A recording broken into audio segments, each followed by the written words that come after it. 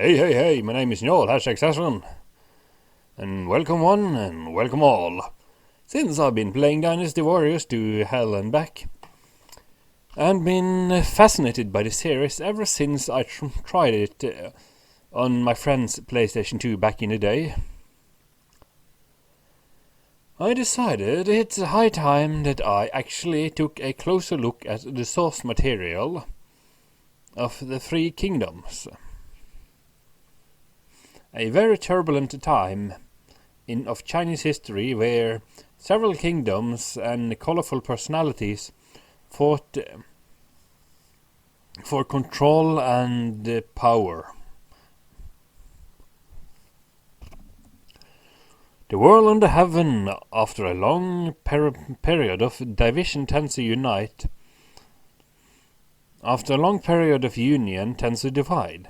This has been so since antiquity, and the rule of the Zhou dynasty weakened. Seven contending kingdoms sprang up, warring one with another until the kingdom of Qin prevailed and possessed the empire. But when Qin's destiny had been fulfilled, arose two opposing kingdoms, Chu and Han, to fight for the mastery, and Han was the victor.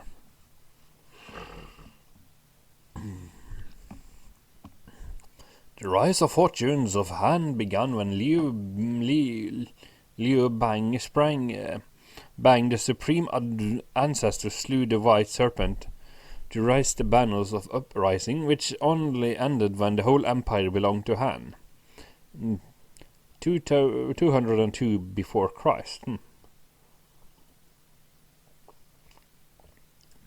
This magnificent heritage was handed down in successive Han emperors for 200 years, till the rebellion of Wang Mang caused a disruption, but soon Li Shu, the later Han founder, restored the empire. And Han emperors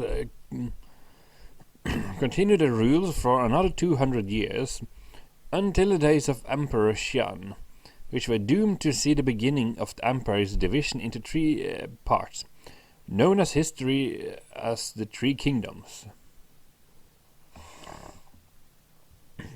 God damn it. Okay.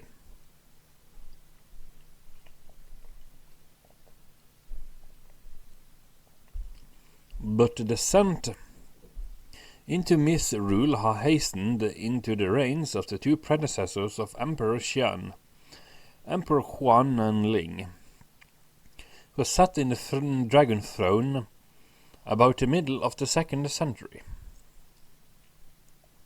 Emperor Huan paid no heed to the good people of his court, but gave his confidence to the palace eunuchs. He lived and died, leaving the scepter to Emperor Ling, whose advisors were Regent Marshal Do U and Imperial Guardian Shen Fen. Do U and Shen Fen, disgusted with the abuse of the eunuchs in the affairs of the state, plotted destruction of power, abusing eunuchs. But the chief eunuch, Zhao Jie, was not disposed of easily. The plot leaked out, and the honest Do U and Shen Fen were put to death, leaving the eunuch stronger than before.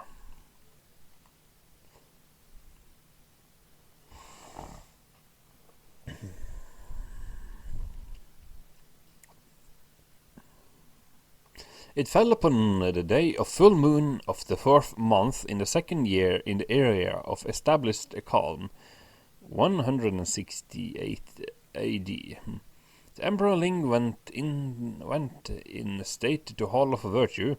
As he drew near the throne, a rushing whirlwind arose in the corner of the hall, and lo, from the beams floated down a monstrous black serpent, that coiled itself upon the very seat of majesty. The majesty fell in a swoon, and those nearest to him hastily raised and bore him to his palace. where the courtiers scattered to him and fled. The serpent disappeared. But there followed a terrific tempest, thunder, hail, and torrents of rain, lasting till midnight, and working havoc on all sides. 2 years later, the earthquake in capital Lujiang, while along the coast a huge tidal wave rushed in, which in its recoil swept away all the dwellers by the sea. Another evil omen was recorded 10 years later, when the rain title was changed to Radiant Harmony. Certain hens suddenly crowed, and the new moon of the sixth month, a long wreath of murky cloud, wound its way into the halls of virtue. While in the following months a rainbow was seen in the Dragon Chamber, away from the capital. A part of Yuan Mountains collapsed, leaving a mighty rift in the flank. Jeez. Yeah. Essentially, møkkavær tok masse møkkavær. Og dette var ny keiser og møkkavær og maktsyke folk. Seriøst. Og haner begynte å gaule. Ja, men the new moon of the sixth month. Yeah. Such were some of the warriors. Omens Emperor Ling, greatly moved by the signs of displeasure of heaven, issued an edict asking his ministers for explanation of the calamities and marvels. Court Councillor Kai Yong replied bluntly, "Falling rainbows and change of foul sexes are brought about by the interference of emperors and eunuchs in state affairs." Wait, what? Right, legger skyld på han på høner som skifter kjønn og ulykker for de penisløse tjenerne i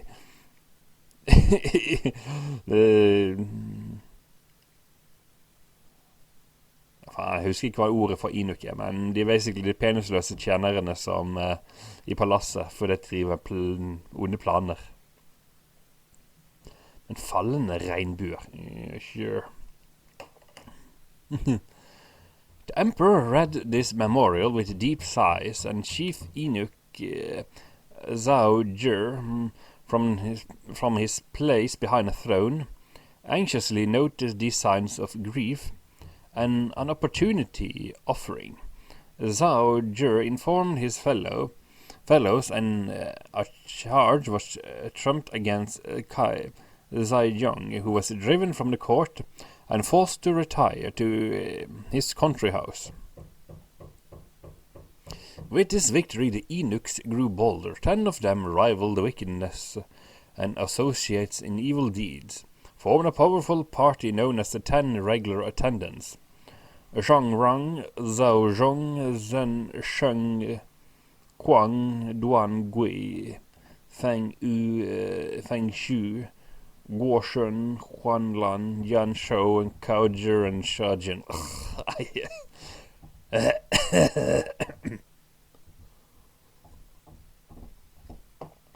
One of them, Shang Rang, won such influence that he became the emperor's most honored and trusted advisor. The emperor even called him foster father, so the corrupted state administration went quickly from bad to worse, till the country was ripe for rebellion and bust with brigandage. Is that brigandines? Brigands? At this time, the count of Jule was a certain Shang family of whom 3 brothers bore the name of Shang Jie, Shang Ba, Shang Lian, respectively. The eldest Shang Jie was unclassed graduate who devoted himself to medicine. One day, while culling samplers in the wood. Jeez, stavefeil? Nei da. Shang Jie met a venerable old gentleman with the bright emerald eyes and fresh complexion, who walked with an oak wooden staff. The old man beckoned Shang Jie into a cave, where he gave him the 3 volumes of the Book of Heaven. This book, said the old gentleman, is Essential Arts of Peace. With 8 of these volumes you can convert the world and rescue humankind. But you must be single-minded, or rest assured you will suffer. Det en veldig litt upassende vits om hvordan kinesere velger navn. Det har noe med å hive en blikkboks ned en trapp.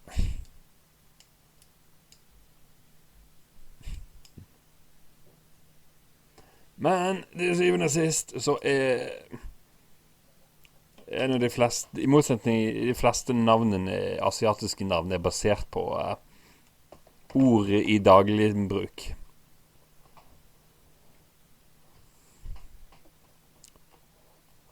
Ord man gjerne assosierer med gjenstander man assosierer med skjønn, sånn som snø, blomst, fjell og så videre. Sikkert en smule bedre enn å assosiere alle navnene med kristendom og testamentet. Men jeg mener, hvor mange Kristian finnes det ikke?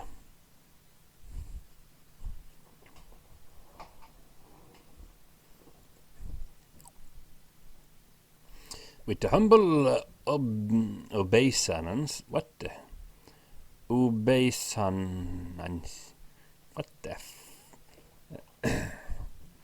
Shang Jie took the book and asked the name of his benefactor. I am Saint Hermit of the Southern Land, was the reply as all gentlemen disappeared in thin air. Shang Jie studied the wonderful book eagerly and strove day and night to reduce its precepts to practice. Before long he could summon the winds and command the rain. He became known as the mystic of the way of peace. In the first month of the year of celestial stability, there was a terrible pestilence that ran through the land, whereupon Shang Jie distributed charmed remedies to the afflicted. The godly medicines brought big success, and soon he gained the title of wise and worthy master. He began to have the following disciples whom he initiated into mysteries and sent abroad throughout the land. They, like the master, could write charms and recite formulas, and their fame increased in his following. Ja, det tror jeg oversettelsen her litt sånn klønete og ikke helt ser at han ikke helt formatert fornuftig i forhold til flyt.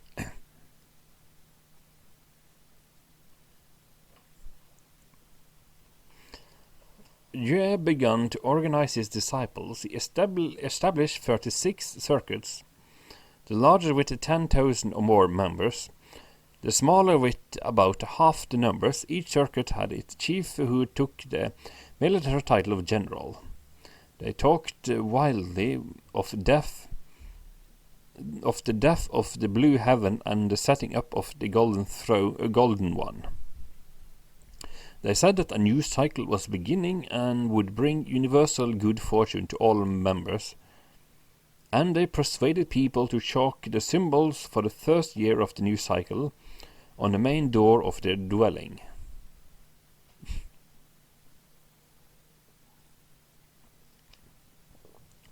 With the growth of the numbers of his supporters, grew also the ambition of the Shangju.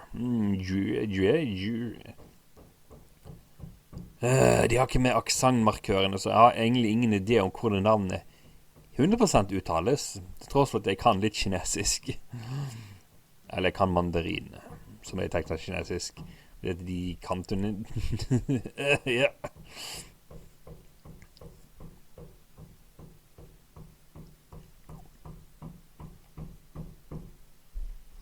The wise and worthy master dreamed of empire. One of his partisans, Ma Yuanyi, was sent bearing gifts to gain the support of eunuchs within the palace.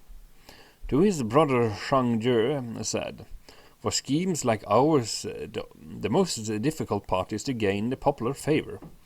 But that is already ours. Such an opportunity must not pass." And they began to prepare. Many yellow flags and banners were made, and a day was chosen for uprising. Then Shang Jue wrote letters to Feng Yu and sent them Feng Shu and sent them by one of his followers, Dang Zhou, who alas betrayed his trust and reported the plot to the court. Emperor summoned trusty regent marshal He Jin and bade him to look into the issue. Ma Yuanji was at once taken and beheaded. Feng Shu and many others were cast into prison.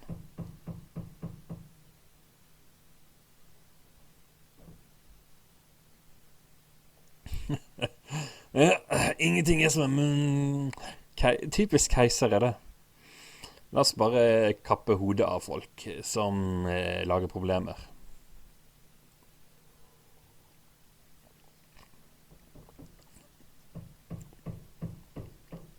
The plot thus having become known, the Zhang brothers were forced to take to the field. They took up grandiose titles. Zhang Jie, the Lord of Heaven, Zhang Ba, the Lord of Earth, and Zhang Liang, the Lord of Human. And in these names they put forth this manifesto.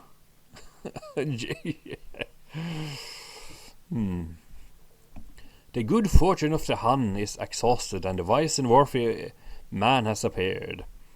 Discern the will of heaven, O ye people, and walk in the way of righteousness, whereby alone ye may attend peace.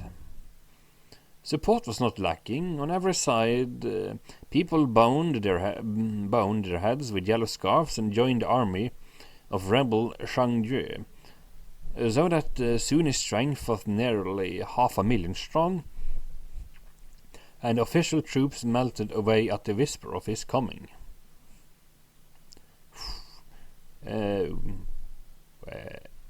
Ja. 500,000 folk med gule turban, right? Det er derfor det heter yellow turbans. Og de gir med gule skjerf på hodet.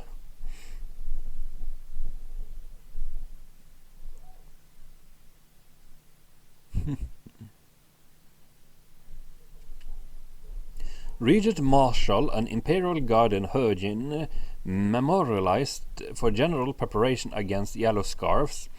An edict called upon everyone to fight the rebels. In the meantime, the three imperial commanders, Lu Shi, Huang Fu, Zong, and Zhu Jun, marched against them in three directions with veteran soldiers. Meanwhile, Zhang Jue led his army into Jiaoshu, the northeastern region of the empire. The imperial protector of Jiaoshu and was Liu Jian, a scion of the imperial house.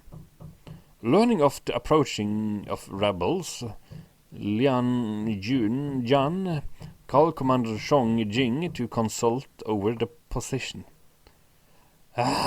Disse navnene, altså. Omtrent alle navnene består jo av 2 ord, og en uttale som ikke nødvendigvis gir mening i forhold til det som egentlig er skrevet.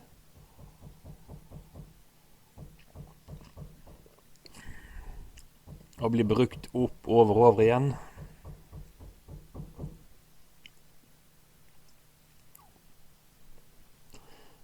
Zhong Jing said, "They are many and we are few. We must enlist more troops to oppose them." Liu Jian agreed, and he put out notices for calling for volunteers to serve against the rebels. One of these notices was posted up in the county of Shaw, where there lived a man of high spirit. This man was no mere bookish scholar, nor found he any pleasure in study, but he was liberal and amiable, albeit a man of few words, hiding all feeling under a calm exterior. He had always cherished a yearning for high enterprise and had cultivated friendships of humans of mark. He was tall of stature, his ears were long, the lobes touching his shoulders, and his hands hung down below his knees. His eyes were big and prominent, so he could backwards past his ears. His complexion was clear as jade, and he had rich red lips. Wait.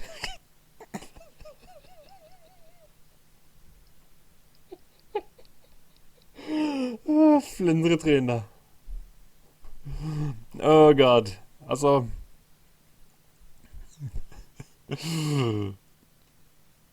Så sånn her øreflippen går helt ned til skuldrene. Og hendene gikk lenger, de gikk forbi knærne. Og han hadde såpass store øyne at han kunne se bak ørene sine, se bak seg. Så det var sånn. Så øynene var sånn. De bare stikke ut av hodet som en sånn her jævla flyndre. Ja, Så det er egentlig det beskrevet her. Det er hva jeg vil kalle for en flyndretryne. Flyndrefjes.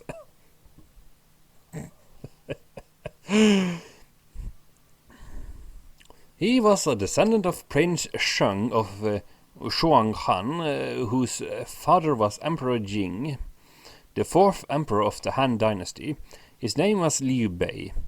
Many years before, one of his forebears had been the governor of that very country, but had lost his rank for reminiscences of ceremonial offerings. However, that branch of the family had remained on in the place, gradually becoming poorer and poorer as the years roll on. His father Liu Hong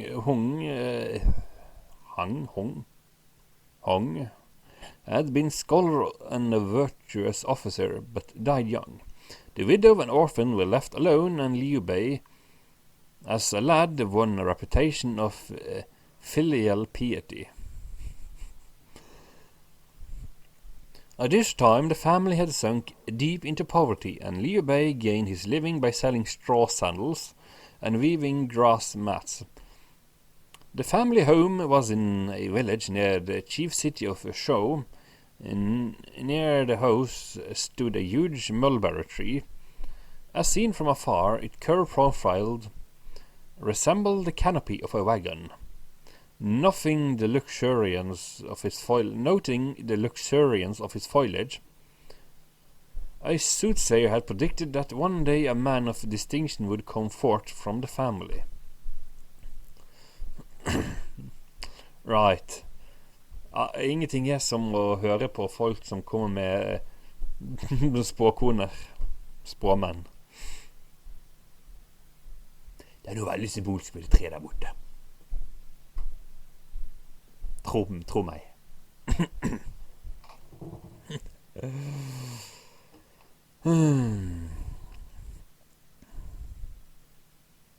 As a child, Liu Bei played with other village children beneath this tree. He would climb up into it saying, "I am the son of heaven, and this is my chariot." His uncle Liu Juanqi recognized that Liu Bei was no ordinary boy, and saw to it that the family did not come to actual want. When Liu Bei was 15, his mother sent him traveling for his education. For a time he served Sheng Xuan and Lu Shi as master and become great friends with Gong Sun Shan. Liu Bei was 28 when the outbreak of the yellow turbans called for soldiers. The sight of the notice saddened him. Damn it!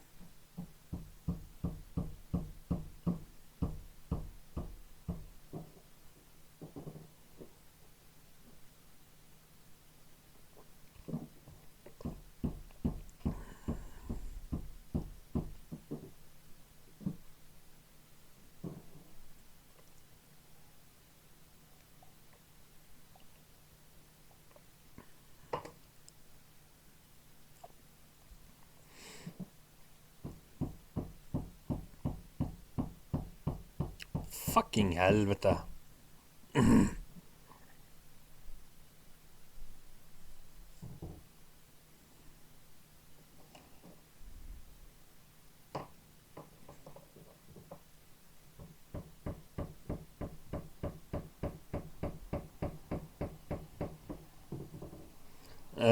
Naboen legger gulvet.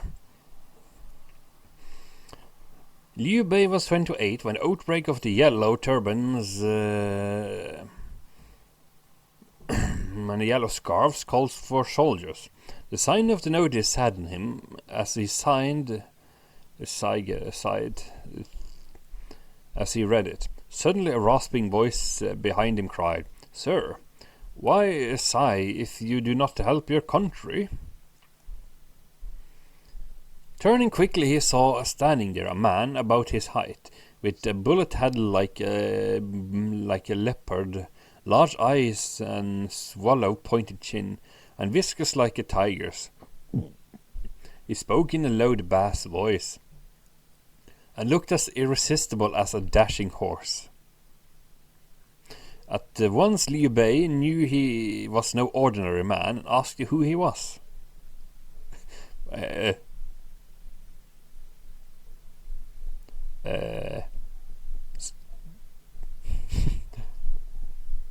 Wait, what? Leopard with a bullet head like a leopard. Så lite hår, skarpe skinn og skjegg som står ut. Eller bart som sto ut i hver retning. "Shang Fei is my name," replied the stranger. "I live near here where I have a farm, and I'm a wine seller and a butcher as well. And I would like to become acquainted with worthy people. Your sigh as you read the notice drew me towards you." Liu Bei replied, "I am of the imperial family. Liu Bei is my name, and I wish I could destroy these yellow scarves and restore peace to the land. But alas, I am helpless." "I have the means," said Shang Fei. Fei, or is that Fei? Fei, yeah. "Suppose you and I raised some troops and tried what we could do." This was happy news for Liu Bei, who betook themselves to the village inn to talk over the projects. As they were drinking, a huge, tall fellow appeared pushing a handcart along the road. At the threshold he halted and entered the inn to rest a while, and he called for wine. "And be quick," added he, "for I am in haste to get into the town and offer myself to the army." Liu Bei looked over the newcomer item by item. He noted the man had a huge frame and long beard, a vivid face like an apple and deep red lips. He had eyes like a phoenix and fine bushy eyebrows like silkworms. His whole appearance was dignified and awe-inspiring. Presently, Liu Bei crossed over, sat down beside him, and asked his name. "I am Guan Yu," replied he. "I am a native of the east side of the river. but I have been a fugitive of the water for 5 years, before I slew a ruffian who, since he was wealthy and powerful, was a bully. I've come to join the army here." Then Liu Bei told Guan Yu of his own intentions, and all three went away to Shang Fei farm, where they could talk over the grand project.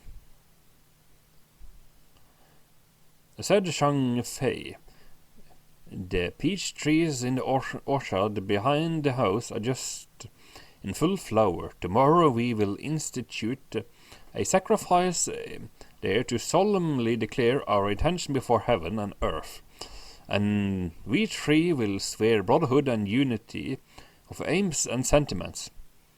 Thus we will enter upon our great task." Both Liu Bei and Guan Yu gladly agreed. All three, being of one mind, the next day prepared a sacrifice: a black ox, a white horse, and wine for liberation. Beneath the smoke of incense burning on the altar, they bowed their head and recited this oath: "We three, Liu Bei, Guan Yu, and Shang Fei, though different families, swear brotherhood and prominent mutual help to one end.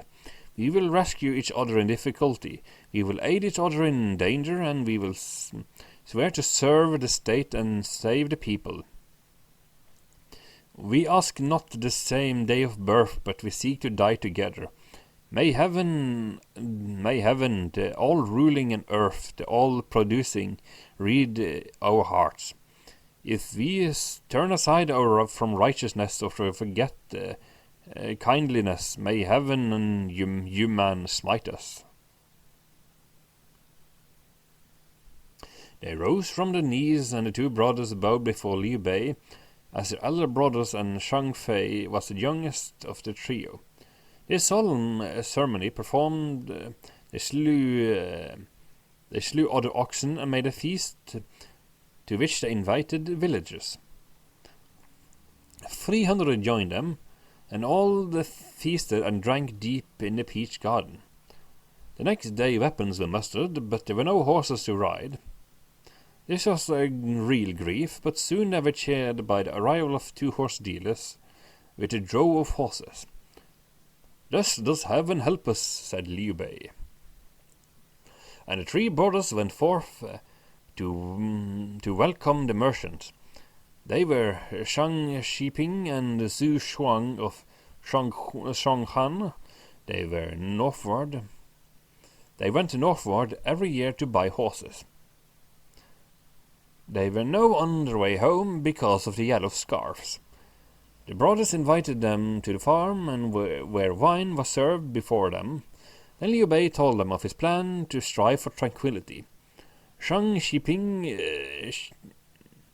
and Zhu Shuang were glad, and at once gave the brothers 50 good steeds, and besides 500 ounces of gold and silver, and 1,500 pounds of steel fit for forging of weapons. The brothers expressed their gratitude, and the merchant took their leave. The blacksmith was summoned to forge weapons. For Liu Bei they made a pair of ancient swords. Hvordan kan de lage urgamle sverd? Hvordan kan en sverd være urgammel på samme dagen det ble laget? Var det basert på et gammelt sverdoppsett? Det var heller det, men det høres ut som sverdet er laget av dette her er et gammelt sverd som har gått i flere tradisjoner, og det ble laget i forgårs.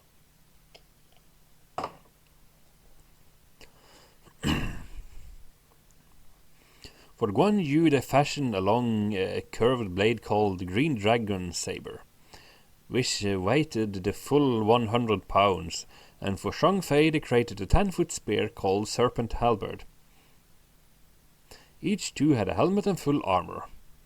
When weapons were ready, the troops, now 500 strong, marched to Commander Shou Jing, who presented them with Imperial Protector Li Jian. When the ceremony of introduction was over, Liu Bei declared his ancestry, and Liu Jian once accorded him the esteem due to a relation.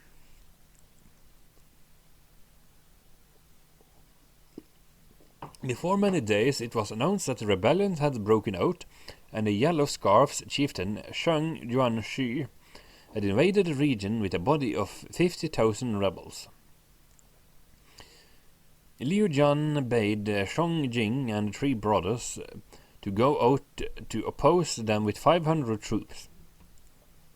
Liu Bei joyfully undertook to lead the van and march to the foot of Dangxing Hills, where they saw rebels. The rebels wore their hair flying about their shoulders, and their foreheads were bound with yellow scarves. When the 2 armies had been drawn upon each other, Liu Bei rode to the front, Guan Yu to his left and Shang Fei to his right. Flourishing his whip, Liu Bei began to hurl reproaches at the rebels, crying, "O malcontents, why not dismount and be bound?" Their leader, Sheng Yuanxi, full of rage, sent upon one general, Deng Mao, to begin the battle, and at once rode forward Shang Fei, his serpent halberd poised to strike. One thrust, and Deng Mao rolled off his horse, pierced through the heart. At this, Sheng Yuanxi himself whipped his steed, and rode forth with the sword raised to slay Shang Fei. But Guan Yu swung his ponderous green dragon saber and rode at Sheng Yuanxi. At the sight, fear seized upon Sheng Yuanxi, and before he could defend himself, the great saber fell, cutting him in halves. 2 heroes new to war alarms ride bold forth to try their arms. Their doughty deeds 3 kingdoms tell, and poets sing of how these befell. Jeez. Ingen. Så det basically drepte offiserene, da. En kløyvet de ned. Kløyvet den mest navneverdige til fienden.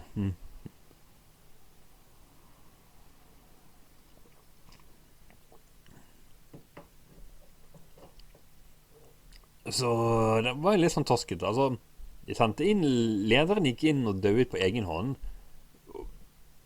til tross for at han hadde 50 000 folk. Ok.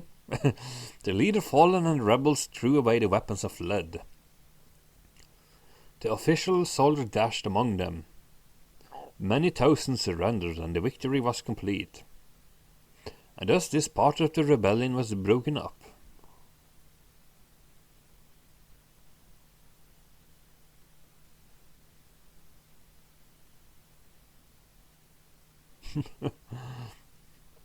On their return, Liu Jian personally met them and distributed the rewards.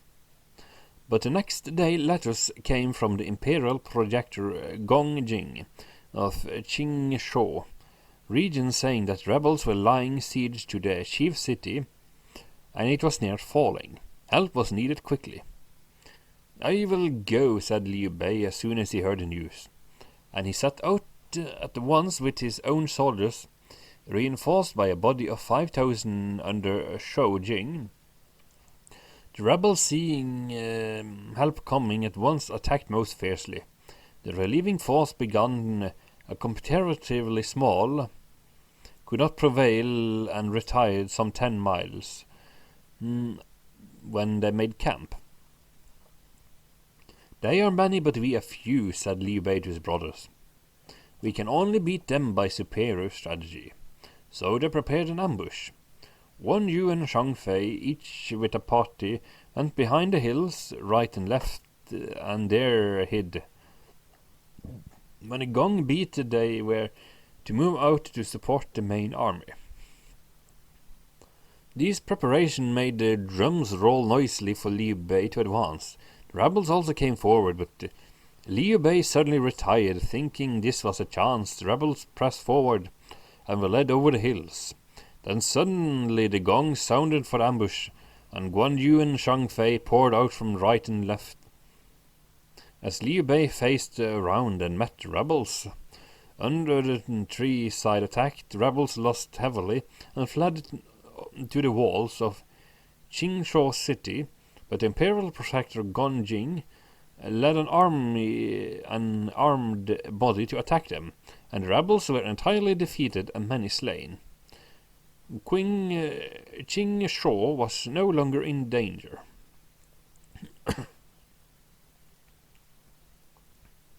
Though fierce as tiger solos be, battles are won by strategy. A hero comes, he gain renown, already destined for a crown. After the celebration in honor of a victory, where Commander Shangzhou, Commander Shoujing proposed a return to Youshou. But Liu Bei said, "We are informed that Imperial Commander Lu Shi has been struggling with a horde of rebels led by Shang Jue at Guanshong. Lu Shi was once my teacher, and I want to go and help him." So Liu Bei and Shongjing separated, and the three brothers with the troops made their way to Guanshong, where they found Lu Shi's camp, were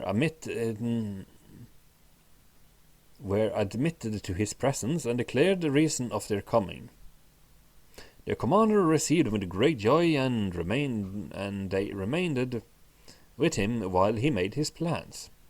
At that time, Shang Jue 150,000 troops and Lu Shi's 50,000 troops were facing each other. Neither had any success. Disse numrene er litt sånn absurde i forhold til resultat og effektivitet.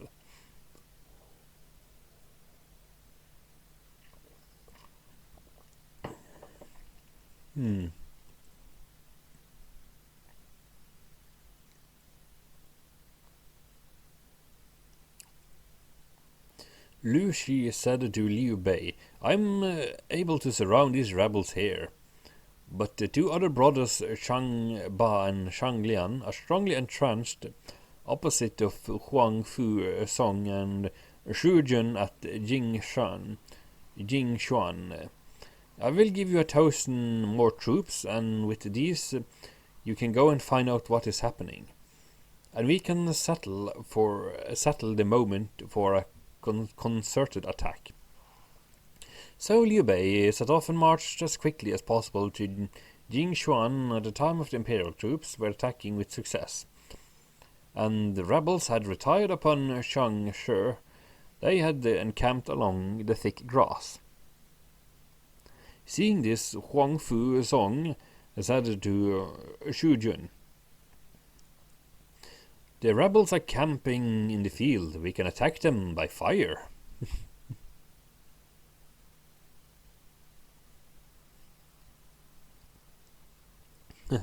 So imperial commanders bade every man cut a bundle of dry grass and laid in ambush that night.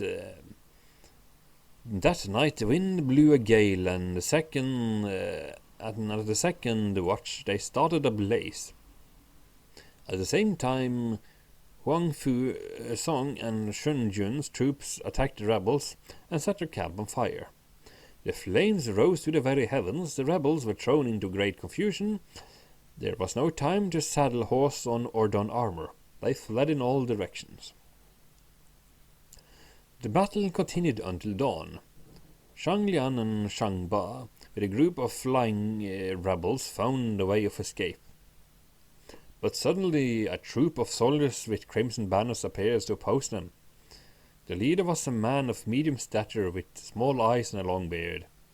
He was Zhao Zhao, a Beizhou man holding the rank of cavalry commander. His father was Zhao Zong, but he was not really a Zhao. Zhao Zong had been born to a Xiahou family, but he had been brought up by eunuch Zhao Tang and had taken his family name.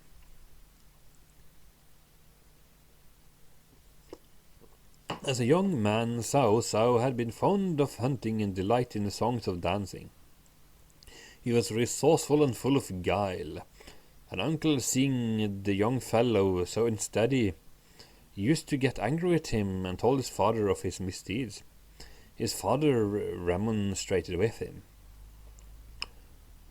But Cao Cao made an equal to the occasion, and one day, seeing his uncle coming, he fell to the ground in a pretended fit. The uncle, alarmed, ran to his father, who came, and there was the youth in most perfect health. But uncle said you were in a fit. Are you better? Said his father. I have never suffered from fits or any such illness, said Cao Cao. But I have lost my uncle's affection, and he has deceived you. Thereafter, whatever the uncle may say of his fault, his father paid no heed. So the young man grew up, licentious and uncontrolled. Okay, yeah. A man of time named Xiao Huan said to Cao Cao, "Rebellion is at hand, and only a man of greatest ability can succeed in restoring tranquility. That man is yourself." And He Yong of Nanyang said to him, "The dynasty of Han is about to fall. He who can restore peace is the man, and only he." Cao Cao went to inquire his future of a wise man of Ruan named Shu Shao. "What manner of man am I?" asked Cao Cao. The seer made no reply. Again and again Cao pressed the question. Then Shu Shao replied, "In peace you are an able subject. In chaos you are a crafty hero." Cao Cao greatly rejoiced to hear this. Cao Cao graduated at 20 and earned a reputation for piety and integrity. He began his career as a commanding officer in a county within the capital district.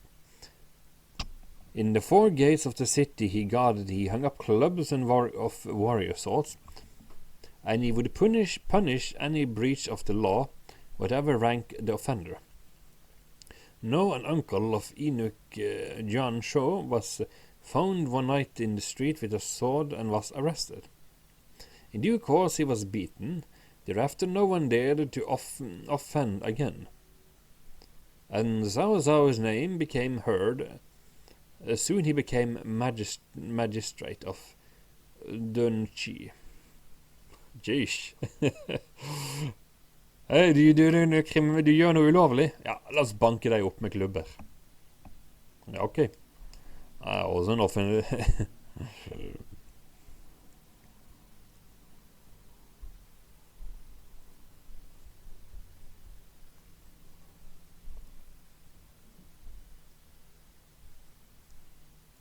At the outbreak of Yellow Scarves, Cao Cao held the rank of a general, and was given command of 50,000 horses and foot to help fight Jingshan.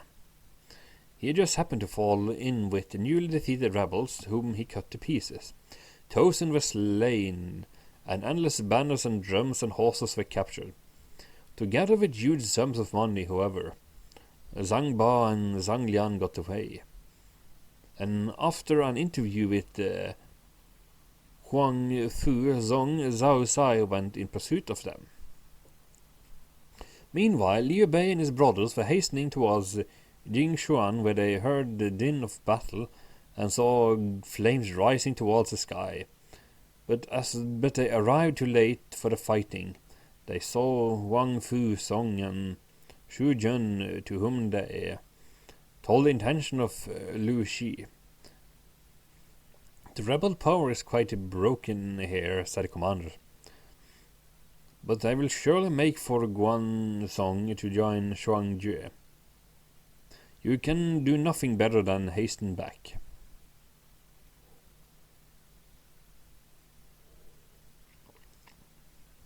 The 3 brothers thus retraced their steps. Halfway along the road they met a party of soldiers escorting a prisoner in a cart cage.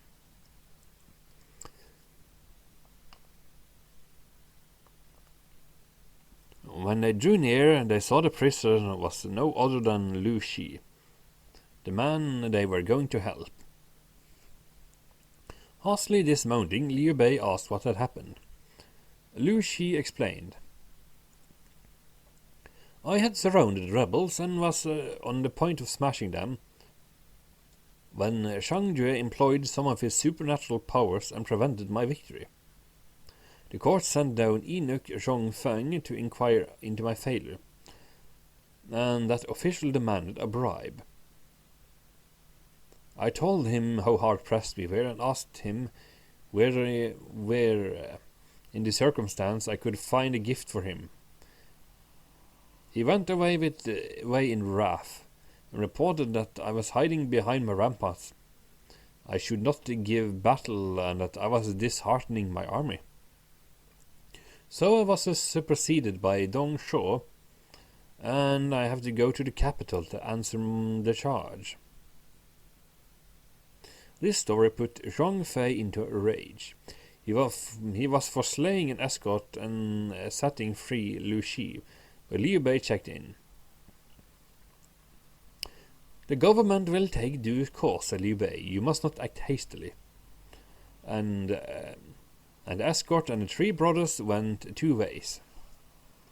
It was useless to continue on the road to Guangzhong, so Guan Yu proposed to go back to Shaw and retook the road. 2 days later they heard the thunder of battle behind some hills. Hastening to the top, they beheld the government soldiers suffering great loss. They saw the countryside was full of yellow scarves. On the rebels' banners the word Shang Jue, Lord of Heaven, was written large.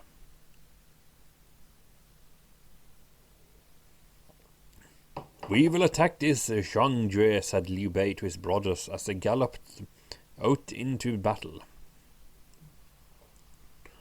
Shang Jue had worsened Dong Zhuo and was following up on his advantage. He was hot in pursuit when the three brothers dashed into his army and threw his rank into confusion and drove him back 15 miles.